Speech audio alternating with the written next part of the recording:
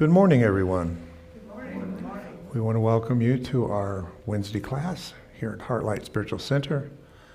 And for you that are out of state, we're in North Carolina, Charlotte, North Carolina. So we want to welcome you today. This is a big day because we're moving on up. And we're going into the second chakra. We did spend a little time on the first chakra. And by the way, if you're new to us, the awakening bell, it's called, is just to remind that part of us that is still in a state of possibility and potential that it can awaken itself and that we can be more conscious of the unconscious part of ourselves. And that is where a lot of possibility and potential is beginning to awaken in the human soul. So just a reminder to do that. We did spend a little time with the Chakra 1 because I do feel it was and is the foundation of all other teachings that we are going to be building on with the chakras. So I could have gone on and on with Chakra 1. There was much more we could have done, but I felt it was sufficient to lay a foundation for this grounding chakra. And for you that have not seen or was not here for those teachings, they're available to you at HeartLightCharlotte.org. You can get them. And even you that were here may want to re-listen to some of those, the 2 or 3 weeks that we talked about the first chakra. All right, Chakra 2 today. Now we're looking at chakras. The word chakras, as you know, is a Sanskrit word. It's a word that we have borrowed from the Eastern cultures, which I'm sure some people do not connect with that term because it's such a different word than what we would say in English. So to kind of bring it into the 21st century and into the year 2021, we refer to them as 7 data banks or bases. So where we bank our information, that's why we call them banks, energetic banks. We learned that in the first chakra, which covers from conception to 7 years old, everything that we experienced on any level, even in the womb, we have banked that experience in that first lower chakra. And we call this the tribal chakra. So this is when you come in as a little baby and you're totally dependent on your family or your tribe, whoever that might be. And they begin to form you and tell you a lot of your early beliefs about yourself, about each other, and about the world. So these are the fundamental, I call assumptions, because we assumed them to be right because they came from our tribe, our family. So now as we move into the next chakra or data bank, we're going to realize that we begin to find out that we are in a tribe or a family, but we're also an individual in that tribe. And that really kicks in around 2 years old. You've heard of the terrible twos? And this is when kids start acting up in a way that they start feeling that they are separating themselves in the tribe. And they're beginning to form their individual personalities in that way. So this is what we're going to talk about today as we become an individual, but yet a part of something bigger than ourselves. We also learned that tribe means more than just your blood kin, but it also can mean any group that you are plugged into. And the thing about when you think about joining anything that is a group or a tribe, it doesn't matter what it is. It could be a club that you belong to or a group of people you belong to. Why you want to be careful about that is because once you plug into a group of people, you individually can only grow as fast as that group grows. And that's why we want to remain unique here at HeartLight, because at the same time that we are coming together as a group or a tribe, in that sense, a spiritual tribe of people. If you remember, they gave no attendance at the altar. The peculiar ones talks about. We, at the same time, are trying to retain our individual place within the tribe. So that means there is room and space for each individual to kind of find out their own path. Some of you become more interested in, say, energy work or Reiki and tuning forks and whatever. Some of you became more interested in going to workshops and things for meditation. Or maybe you've gone into something to learn a little bit more about how to manifest and prosperity, or you're more drawn to a healing group. So we all have our individuality here without giving that up for the group. And that allows us to grow individually beyond the group sometimes. But we are still a part of this group. And what draws us together, I believe, is our fact that we resonate with enough basic ideas and beliefs that we have been able to make a connection with each other. And therefore, we have formed and created the group, not the group has created us. Does that make sense? If you go to a religion of some kind and join a religion, they will form you into what they want you to believe through their doctrines, through their creeds, through their belief systems. They will form you. But HeartLight and other kind of more spiritual groups of people throughout the world are not there to be formed by the group, but the group is forming. The individuals are forming the group. So what I'm saying is you want to be progressive. And we are here. We're not stuck by any means. In fact, some of you having to run pretty fast to keep up with all the different changes and different things that we do here. But we don't keep just saying the same things over and over and over and the same principles over and over, but we're continuously in a state of progressing our information, our knowledge, and our experience together. All right, so Chakra 2, symbols and correspondences.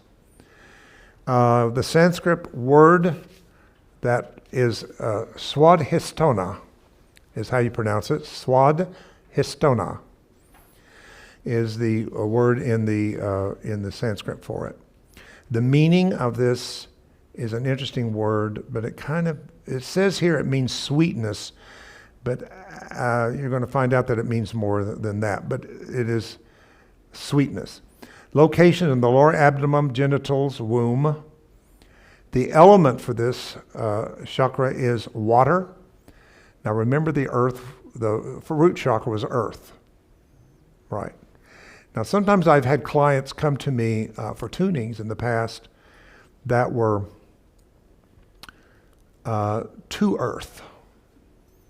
You know, if you don't take care of the earth, it'll just dry up and get hard. And some people are stuck. They just kind of dried up in a certain place and can't get out of it. So what I knew to do intuitively was to go to the second chakra, which is water, and put more water in their earth. Now, if you mix water and you mix earth, you get what? Mud. So think about mud or clay, right?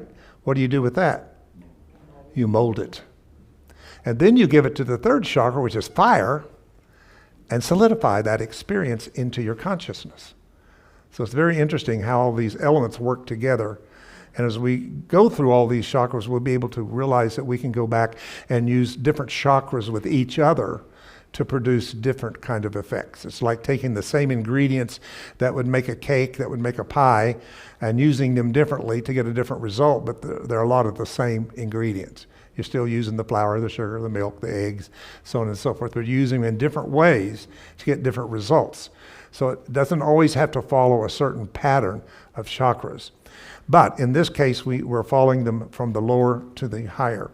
Now, we've already talked to the fact that we can't start the ascension until we've completed the descension. And that's what we did in the first couple of months or so of this class.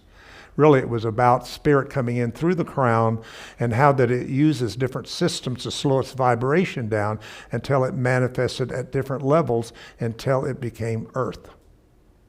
And that's called the descending. It comes through the crown, and then it uses, remember, the endocrine system, the pineal, it used the thymus, it used all those glands to slow it down into a more dense, and took it out of the abstract and made it more form until it became a part of our physical cellular self.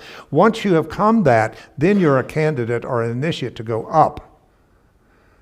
And that is called many different things. You know, you get into Tantra, you get into Kundalini, you get into many things, but it is the journey from the spine, once it's landed at the spine, and it's climbed back up into ascension. From a scriptural point of view, it says this about the Christ. He says that the Son of Man must descend before it ascends. So that's the principle we're talking about. This is talking about the essence of you, the spirit of you, how it incarnated and how it used all the different systems to go through to change its vibration, slow it down until it became a part of your physiology. Then we go into physical resurrection, which is an interesting subject since Sunday is Easter. That's really the main central theme of Easter is the resurrection. So that's what that is talking about. The function is desire, pleasure, sexuality, and procreation. The inner state of the second chakra is feelings. Feelings. People who are stuck in their first chakra in a real earthly, slow density level, which, by the way, if you're familiar at all with Ayurvedic medicine, which is an Eastern medicine, that is called your kapha. You're a kapha person if you're kind of very grounded and slow. You may have a heavier build, is kapha. There's Veda and whatever. So all these kind of connect all these Eastern teachings together. But if you're in that first chakra and you're stuck, you're not really a feeler. You're not a feeler. But as you move into this next place, you begin to start having feelings about life, feelings about the world, feelings about other people, feelings about what you want to do, about marriage, about sexuality. It becomes a thing based upon feelings. The outer state is liquid. That makes sense if it's water. The glands are the ovaries and the testicles. Other body parts are the womb, genitals, kidney, bladder, and circulatory system are all second chakra different body parts that are affected by this chakra. Now, if your second chakra is out of balance and it's in a dysfunction, and the way that it malfunctions is through impotence, frigidity, uterine, bladder, kidney trouble, and stiff lower back. Okay. The color is orange. Orange. Just as the first chakra is a deep red, the second is orange. And I thought about why orange. I got the red. The red is easy because Adam in the Bible means red man, red earth. So I get that. It also means blood. It's when light descended and became blood, because that's what blood is. Blood is a trapped light. The blood that runs in your veins is light that has become so dense that it has become in the physical blood. So anywhere in the Bible you see the subject of blood, on a metaphysical level, you want to translate it to light. Because I know a lot of people like the Bible because it's bloody. It's just bloody from one end to the other. But if you raise that into a metaphysical meaning and know that it represents on a higher level light, it'll make more sense to you. But I thought about orange is red and I believe yellow.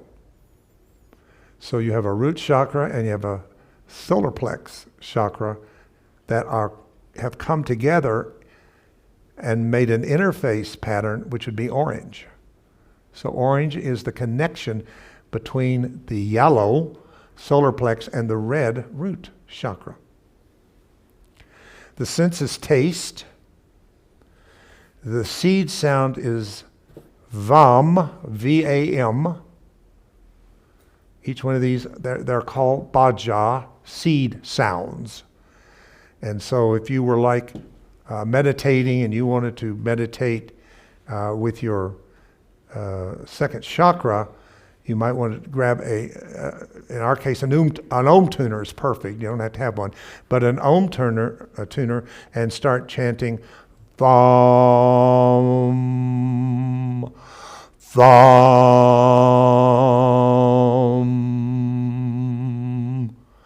And that's going to resonate in this part of your body where the second chakra is. The vowel sound is oo, as in do, so it's oo, oo.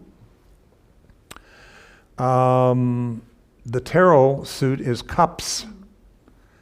And the Sephira, which is the tree of life in the Kabbalah, is the Yasad. The celestial body is the moon,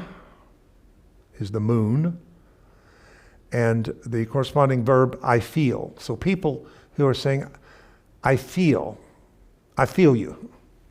I feel what you said. Now some people will say, I sensed it. So you have people that do different things. People feel it, people sense it. There's different ways in which we process through the chakras. So when you're coming from the second chakra, you are feeling what's going on around you. The animals are the Makara, fish and sea creatures. That makes sense if our element is water. It gives some deities here. I won't go through that. And the archangel is Gabriel. And the chief operating force is the attraction of opposites, or what we call polarity. You've seen the yin and yang sign. That is a second chakra sign. So I believe all of you have one of those if you want to keep that and use it. The second chakra is located in the lower abdomen, centered between the navel and the genitals, although it encompasses the whole section of the body between these 2 points. So that, again, is the orange. Just think about it. It's not the red and the yellow, but it's the red and the yellow coming together. And because these 3 lower chakras are our external chakras. It's how we relate to the external world.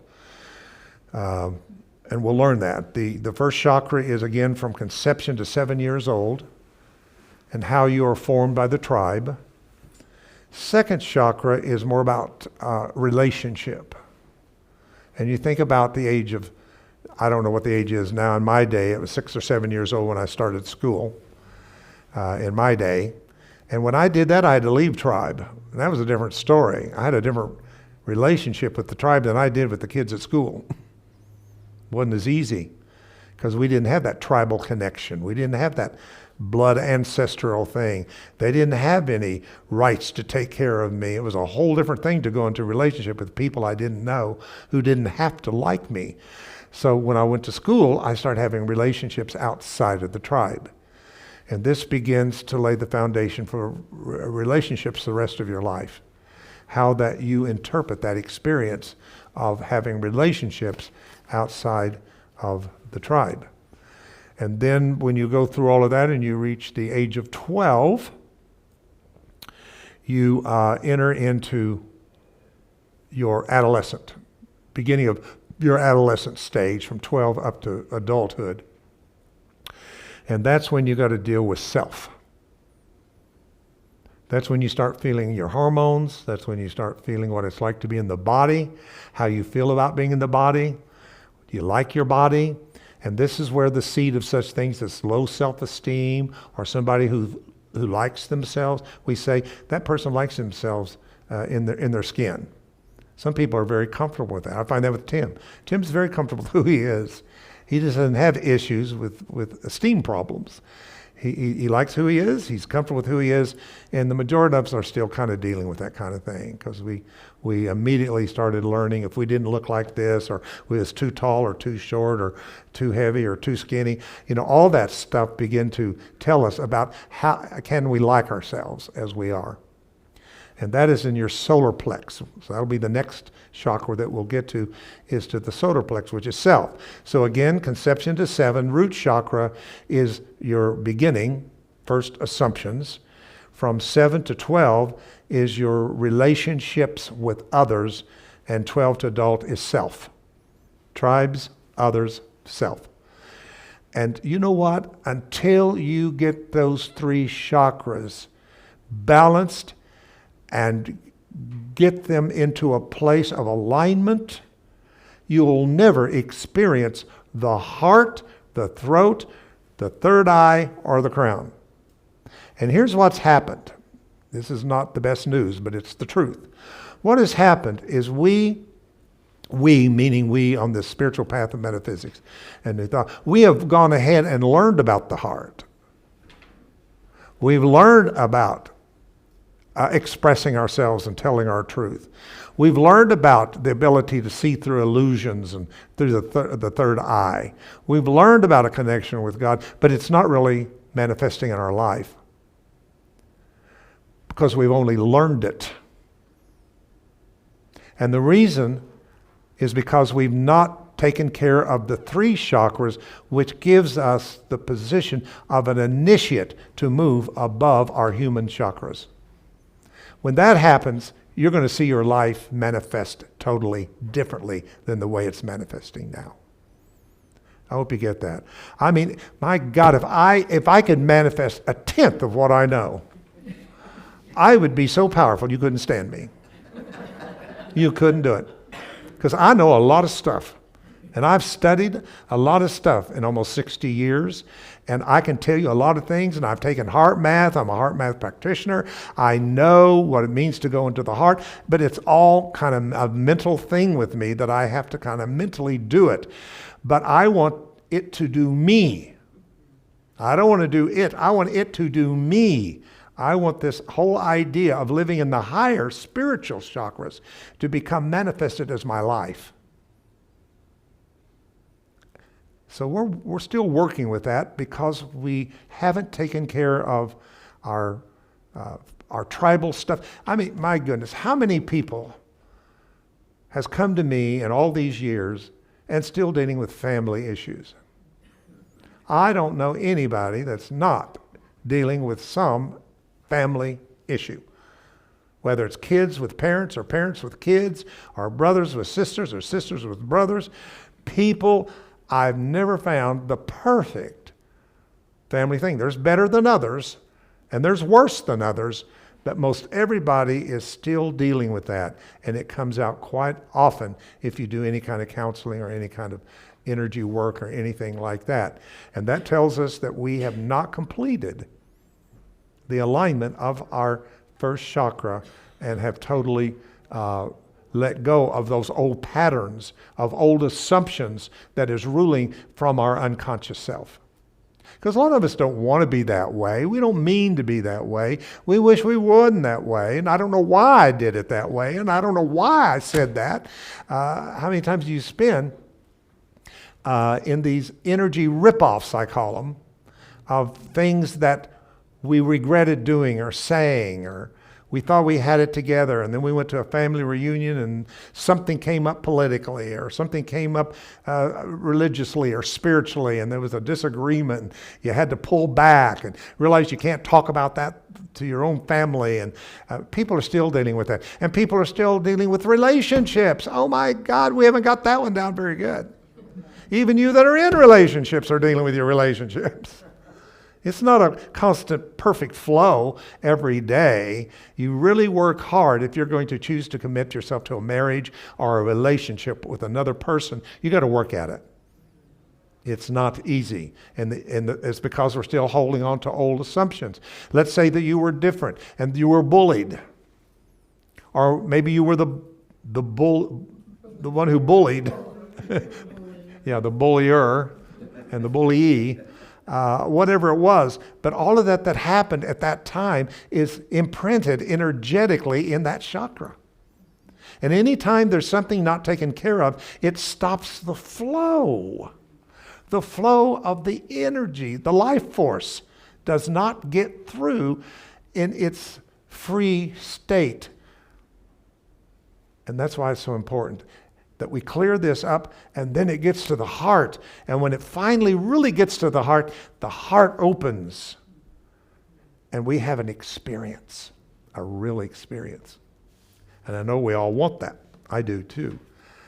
So these are important parts of things. This corresponds to the nerve ganglia called the sacral plexus. Sacral. This plexus hooks into the sciatic nerve and is the center of motion for the body. In the exercises we did this morning, you that were there, shame on the rest of you, we did remember doing the hula hoop? But we did, which is going to be one of your second chakra exercises I'm going to give you today. But actually it is moving, and some I noticed moved a lot easier than others who were just kind of, because we're so stiff in the hip area. Think of all the hip issues, hip replacements. Things that are going on like that is because we've lost the movement, the flow. And therefore, when it doesn't get the flow, it thinks it's separate from the rest of the body. And that's where we get in trouble with knee and hip replacements, shoulder replacements, all those kind of things is because, get this, frozen shoulder. There's a good example. People have a frozen shoulder. Yeah, lack of movement. And that's why it's important. And that's what came to me to do starting today, was to find this nice music that we played and do all exercises to the movement of the music.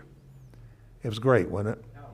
It was totally different than us mechanically saying, okay, let's do this and let's do that. But we stayed and we played like we are the orchestra that the music is moving through us. And it had a whole different beautiful feel.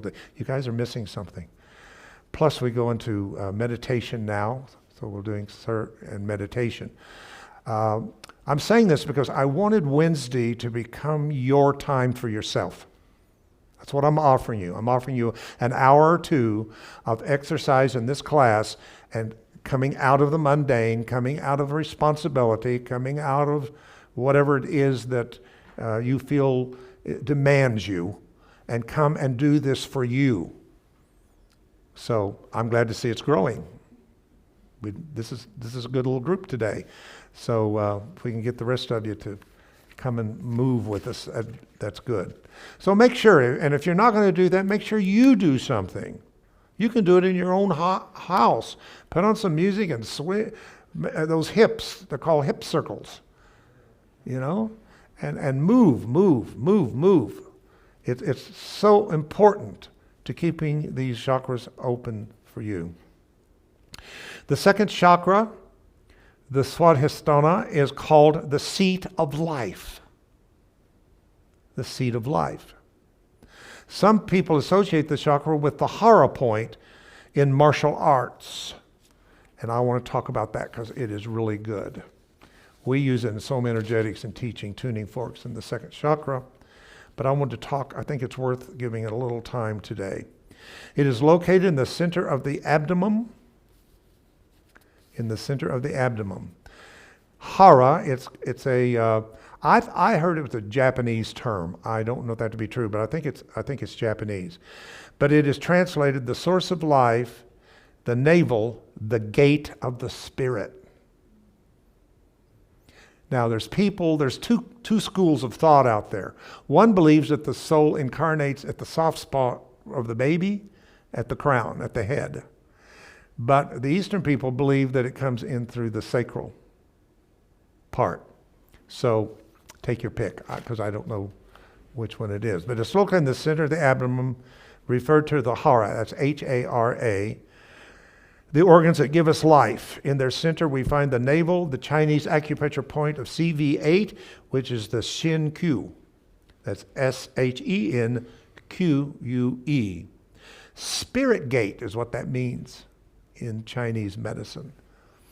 That refers to the place where we receive that life from our mother by way of the umbilical cord. As such, these areas are the focal point of energy in our body from which life is given, sustained, and taken away. So at death, we may leave the body through the sacral area of our being. The hara is not just an anatomical location, but it is the dantan, or center of energy of our body, that we gain core physical, mental, emotional, and spiritual health. See how important that is? For in many ways, we are as healthy and as calm and centered and peaceful as the hara is. Most nations with enduring physical cultures have recognized that this long-standing and as a result cross-cultural truth. From the yogic idea of qigong, exercises of breathing, the belly dancing, meditation, martial arts, aerobics, and more. These practices have recognized the importance of infusing the center of energy of life, the abdomen and the organs and the breath of life to regulate the energy and blood of the entire body. Did you know there's a lot of practices, energy practice out there. There's like lasers that you can put on your navel, because the entire blood of the body passes through it every 4 minutes. So if you're purifying your blood, and you put something on the navel, all the blood system has gone through what it is that you're doing there, whether it's a tuning fork or it's a laser of some kind, which I use. But if you put it on there, it'll absolutely purify and clean the entire blood system. Because think about that, when you were connected to the mother in the umbilical cord, that's where you got your life, was from your mother while you were being formed, was through that, and there was a huge amount of supply of blood. Why? Because life is in the blood. That's what the scripture teaches. Life is in the blood. And what is life? Life is the light, and the light of all men. So you see, blood, life, and light are all centered in that place.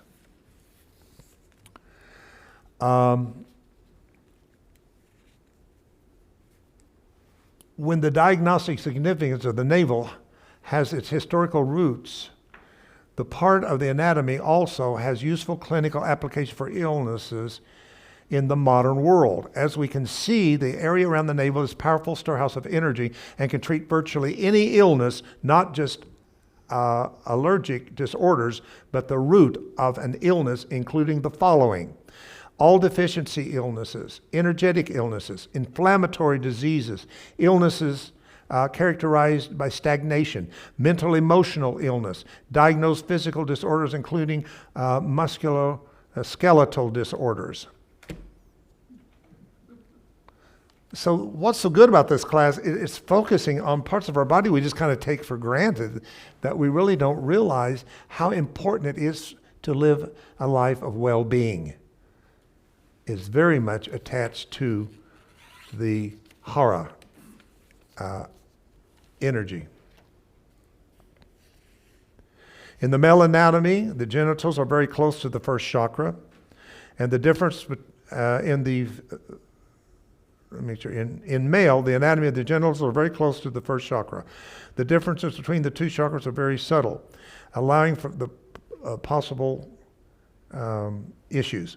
But in female anatomy, the womb is a definite second chakra. Now, there's no way to not talk about the second chakra and not talk about sexual organs and a little bit about sexuality. I'll try to not make you as uncomfortable with this as I can, but this is ridiculous to be. And think about this. Think about that part of the body, how we've edited out and don't talk about it. We don't in any way bring it into the wholeness of the body. And where's some of our greatest illnesses, cancers and whatever? Cervical, prostate, cancers. And I think it's because we have literally dammed up the energy flow to move through those areas because of the fact that culture has formed in us that something about our sexuality and sexual organs is something dirty. It's something you don't talk about. You just exclude it from your body like it doesn't exist there. We don't want to think about it. We don't want to think about it with other people. We don't want to talk about it. So we just keep it in the darkness of the bedroom.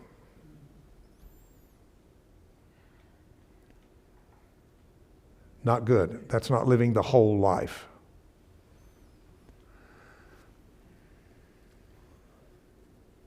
It is possible that these theories, largely from the Theosophists at the beginning of the century, were based on male bodies, that they were further influenced by the sexually repressive values of the time. The Puritans started this.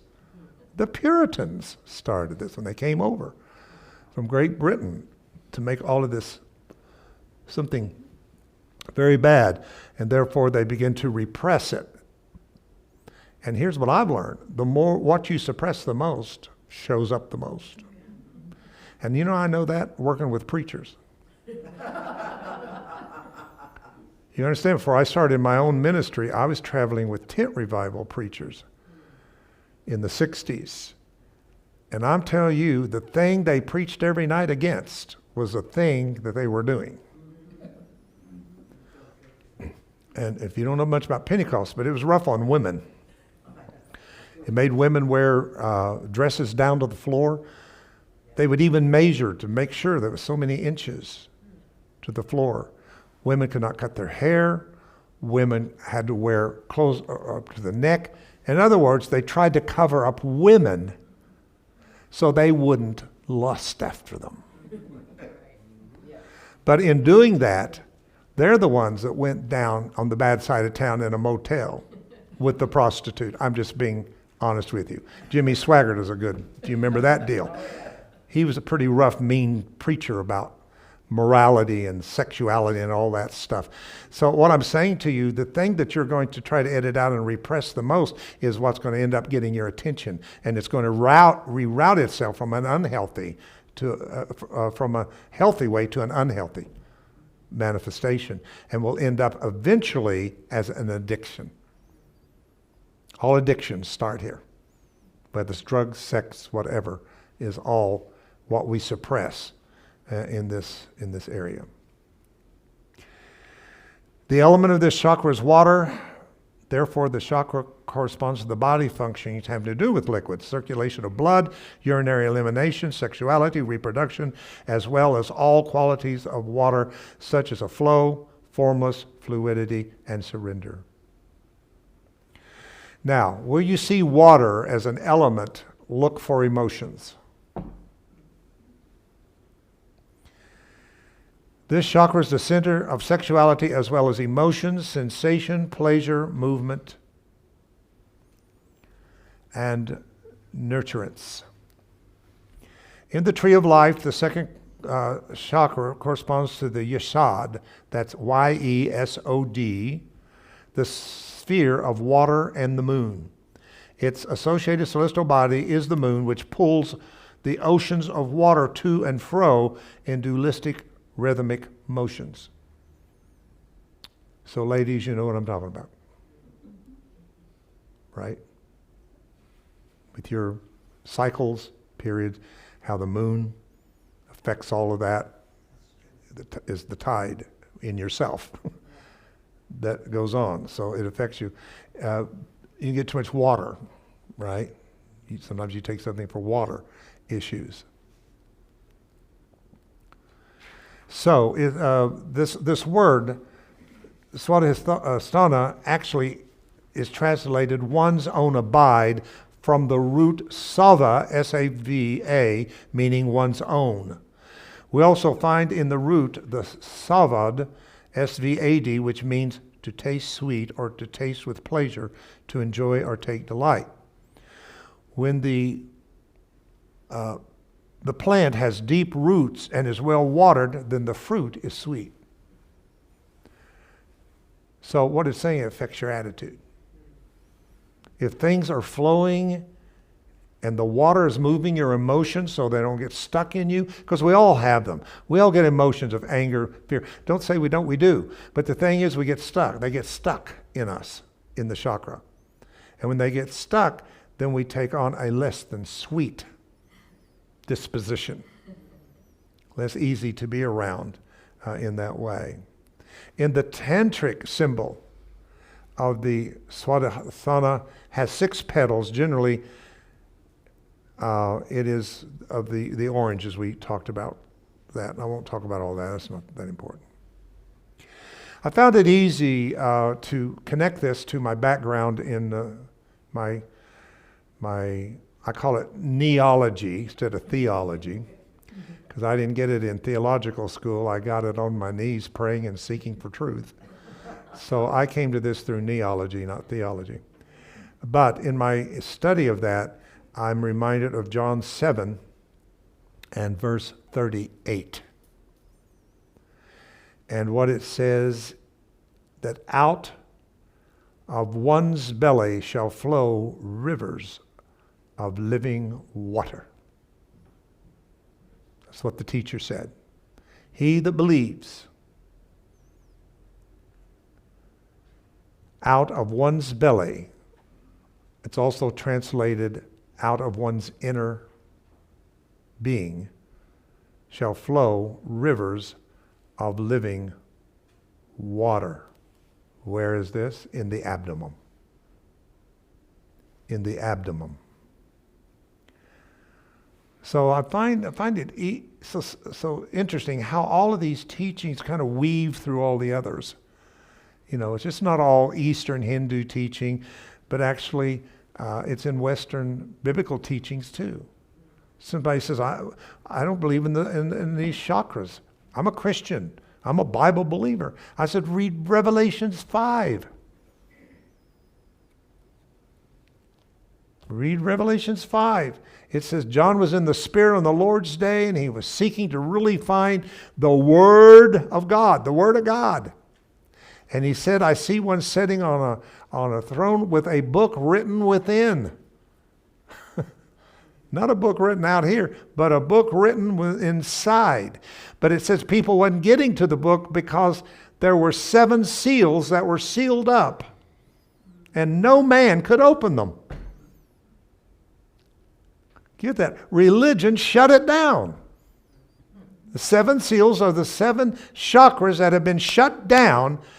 And it goes on and says how that happened was to make us feel unworthy. Read it. It's fascinating. It said, and no one was worthy enough to loose the seals. Because we're born a sinner, original sin. We're not good enough. We're not pleasing God enough. All this kind of stuff has shut down our chakras because of the fact that we don't feel worthy to open them. And then it says, but there was found one, which is in ourselves, that said, stop weeping, for we have found one who is worthy to loose the seals and the chakras. And that's what we're doing here. We're loosening these 7 seals of Revelation 5. So I'm just trying to show you that it doesn't all belong to any one group or one culture or one religion. But if you find the thread, follow it in the tapestry of all spiritual schools of thought. It's amazing. It's amazing.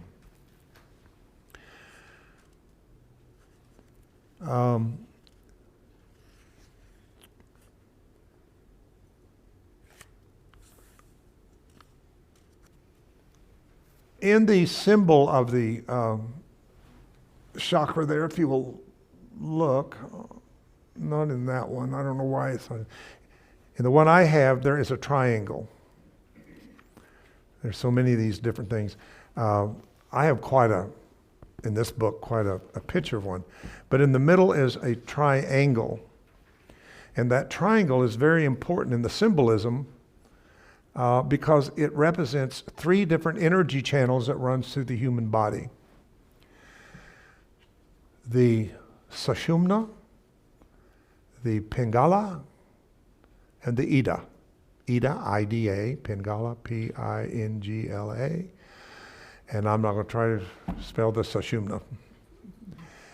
The Sushumna is an energy channel that runs down the center of your body through the chakras, and it is neutral.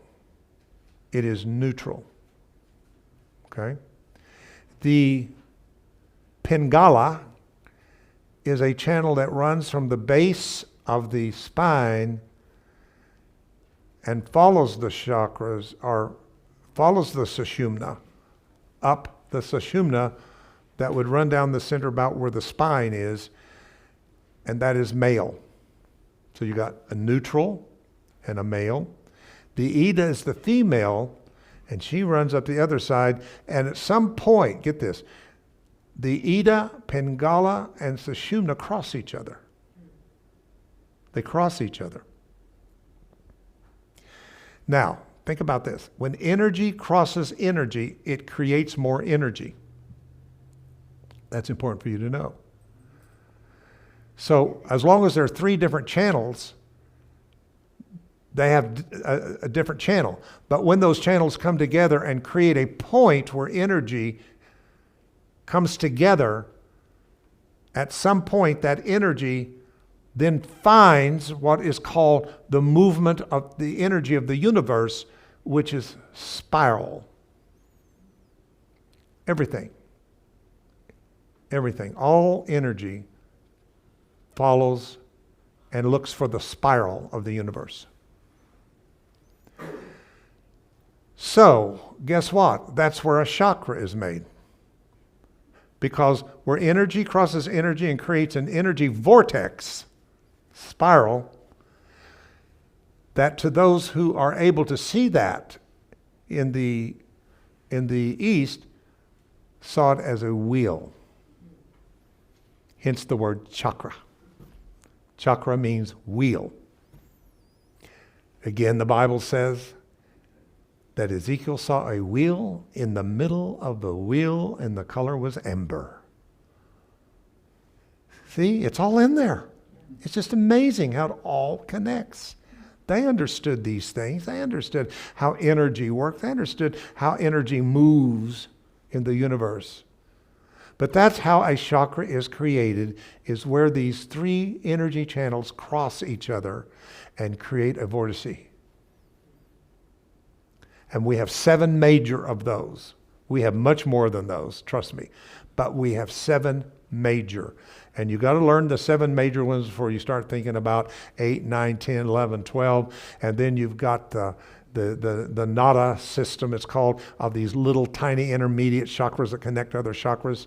You got them in your fingers, you got them in your palm of your hands, you got them on the bottom of your feet, you got them everywhere. But right now you have to focus and begin to understand the 7 major chakras, and that's what we're basically dealing with.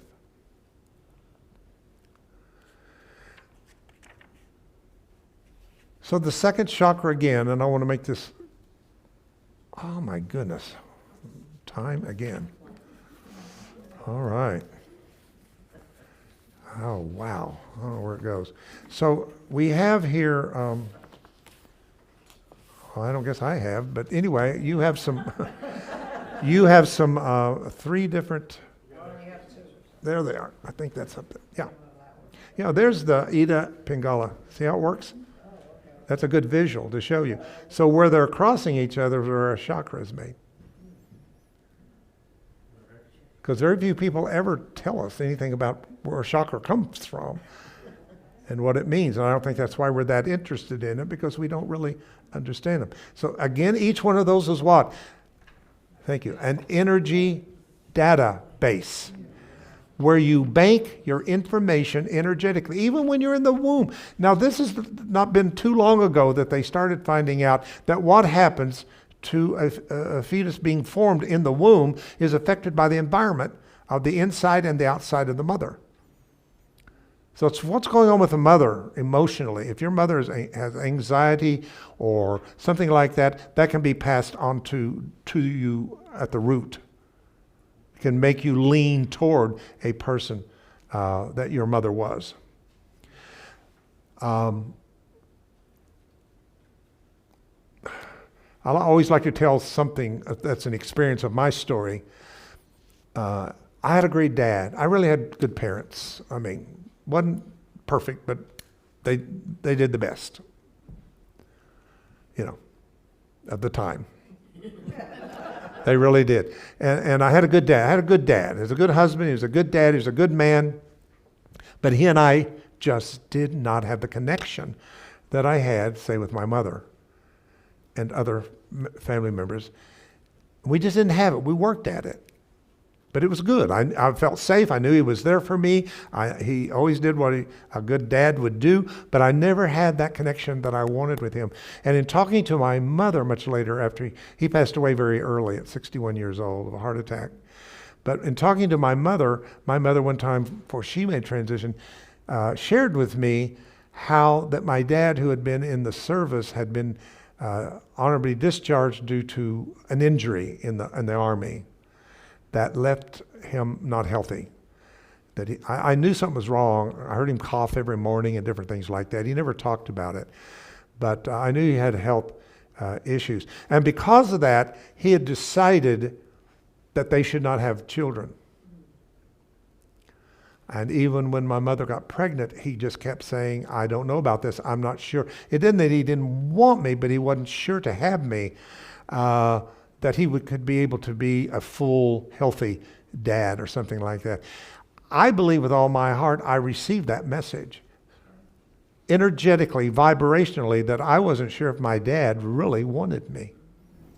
And that followed me my entire life with my experience with my dad. So I'm saying that to say there's some things about yourself you may not truly, completely, totally understand. Why it's that way with a parent or someone else in your family. But we're talking about our mother and father or whoever was there in the outer environment. Now we know what? We play music. We talk to the baby in the womb. We read. Dads read to their babies. People do all kinds of things while it's still in the womb because they've discovered that it is somehow entering into the subtle part of the child being formed called the fascia. Fascia, however you want to say it, fascia, which is connective tissue. And in doing tuning fork work, you wouldn't believe how much a tuning fork can pick up all kinds of issues in people's fascia they didn't know they had because it came while they were being formed in the mother's womb. Therefore, they had no knowledge of it. Like me, I kept going back, well, everything should be good. Everything was good. Everything was good. But I had no idea that I was also carrying things that happened to me before I was ever born.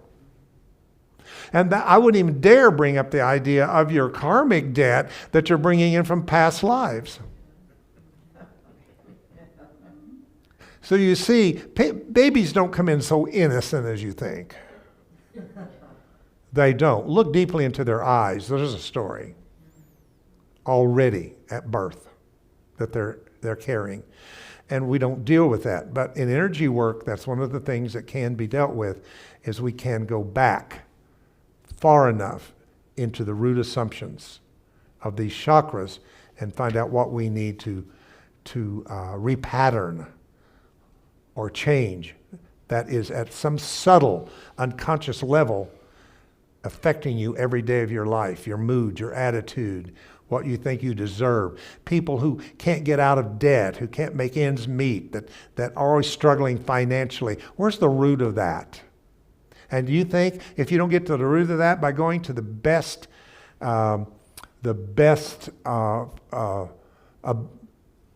abundant prosperity workshop. How many you been to? That's one thing Unity had. Always there was a prosperity workshop going on, and I never saw people getting that prosperous. Then we kept learning and learning and learning. The Bible puts it this way: ever learning but never coming to the truth. That's a scripture. Ever learning but never coming to the truth. And it's not the learning that sets you free, it's the truth that makes you free. See? That's why we have to do the work, folks. We have to do the deep work, the shadow work. We have to do the deeper, and that's where energy work comes in, and why it's making such a tremendous debut today on the world stage of healing, is people are moving more and more toward energy modalities, because it is time for us to do the work, and we have to go back and do it, and then start with the chakras and clear that all out. When we do, then you become an initiate. You can't make yourself an initiate because you're smart. Just because you've read the right books and you've been under the right teachers and you sound really smart about what you think you know, and then your life doesn't show anything at all. We have to look at almost. Well, if I'd been done when I was supposed to, I would. All right, I will shut up. I will shut up. All right, just give me a couple of moments at least so we can kind of check into our second chakra just a little bit. So get comfortable in your chair.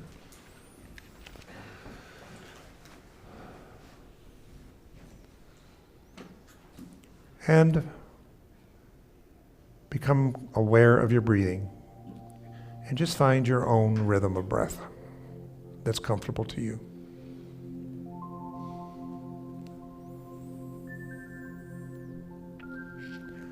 Close your eyes, and in your mind's eye, imagine yourself standing at the edge of a beautiful flowing stream of water.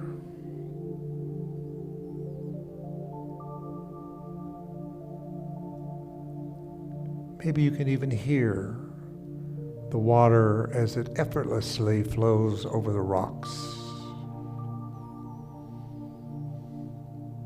As it flows downstream. Crystal clear water.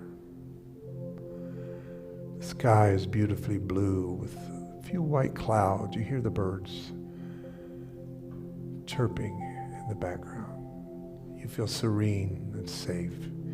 You feel your feet upon the green grass. The trees are gently blowing their leaves and branches effortlessly.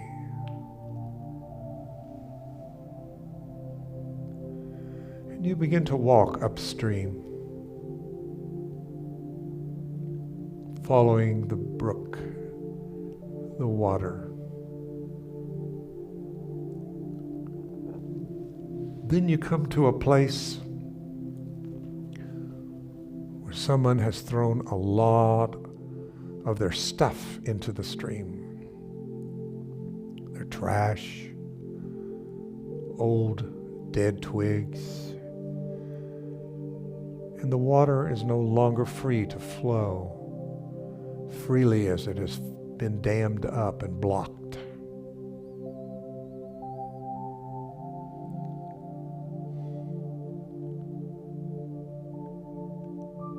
As you decide to wade out into the water and you begin to remove all that is obstructing the free flow of this water. And each thing that you take away, the water seeps through a little bit more as it seeks its own freedom. Continue to remove the debris until you removed enough that the water breaks through and follows its natural course down the stream.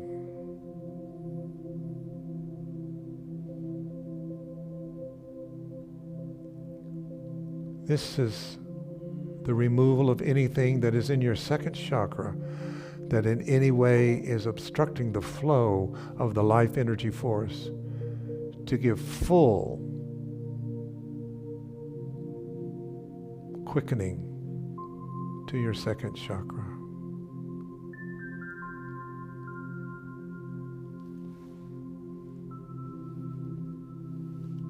And just experience that freedom for just a second or two.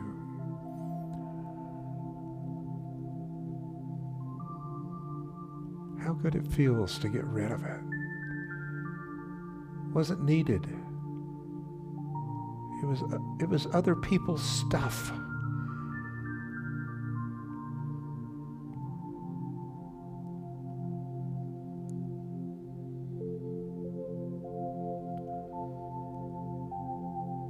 So we ask for the opening of our second chakra,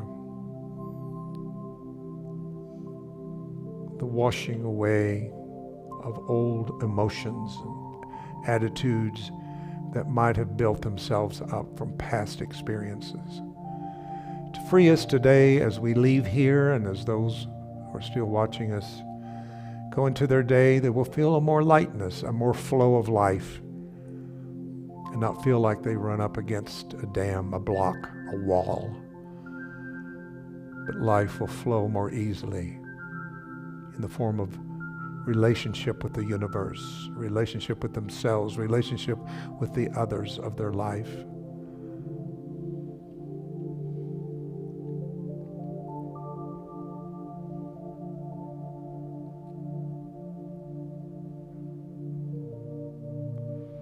And as we close, we see the color orange as a small ball of light in the center of our inner vision, pulsating with life as it becomes larger and larger and larger until it fills the whole inner vision of our mind.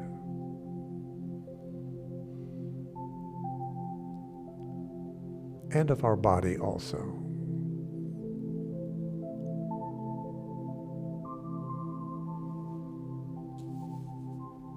Orange, the color of counsel.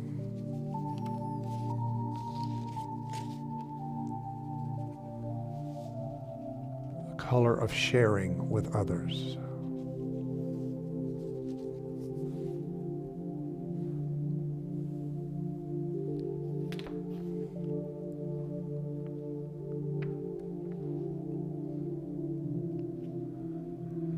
And when you're ready, you can slowly, easily, effortlessly return back to your breath. When you're ready, you can slowly open your eyes and return back to this space.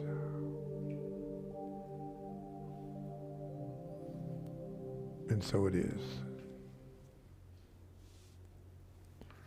All right, thank you so much. If there's any questions or anything anybody wants to say, we'll give you a minute or two to do that. Yes? When you had those energies going, it reminded me of when they show the DNA. Absolutely. How it looks just like that. DNA follows those same energy channels. Yeah. It's a good observation. Anybody else? If you don't tell me, I don't know what you got. So.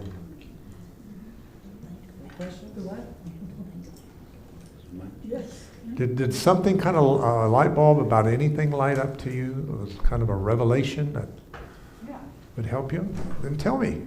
What is it? I just realized I need to look to see where my blockages are in certain areas. What am I not looking at? Right. Be more aware. Look at it. Be observer of that. And when we open up our healing room over there, which I hope to be very soon, I can certainly work with what chakras you need to work with and where and whatever. We can do that. So many things we're just ready to do. If we just hold on a little bit longer, maybe another couple of months or so, I hope things will be going in the direction we want it to go to, and we can start having more things happen here at HeartLight. And that would definitely be one of them that I think would be important.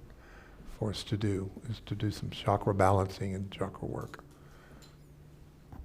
Yes, if you have anything to give this morning to the class, we always accept and receive any free will offering, and also to you that do this. Some of you pay monthly for this class, and it's so appreciated. Thank you for your support. Yeah. All right. Sunday is Easter Sunday, believe it or not. I'm going to do a little metaphysical talk, and I think if it works out, Greg is bringing some guys. Okay, so we're having a Dixieland Easter. They're going to do Easter music, Dixieland style. These are the guys that used to be at, what's the New Orleans restaurant downtown? Something Queen. Cajun Queen, yeah. Upstairs, they used to be upstairs. They're awesome, by the way. They play spoons. Yeah. I love that. Yeah, What? yeah. They play spoons. That's what you said? Say goodbye. Take your mask off and talk to me. Say goodbye. Oh, goodbye to all you that have joined us. And I want to thank you for all of you that are supporting us too, from different places, and I want to say to you that are local, that's a part of HeartLight, that if you've had your vaccinations and you're 2 weeks out, you're welcome to come and take off your mask once you get to your seat only. But if you're 2 weeks out, you should be 99% pretty clear to do that. The rest of you are just going to have to go with the flow for a while and wear your masks. And that's what you chose. So we've all kind of chosen a little different path, but that's fine. We'll do what each one chooses to do. Thank you so much for coming. I appreciate it. And we'll see you, I hope, Sunday, if not next Wednesday.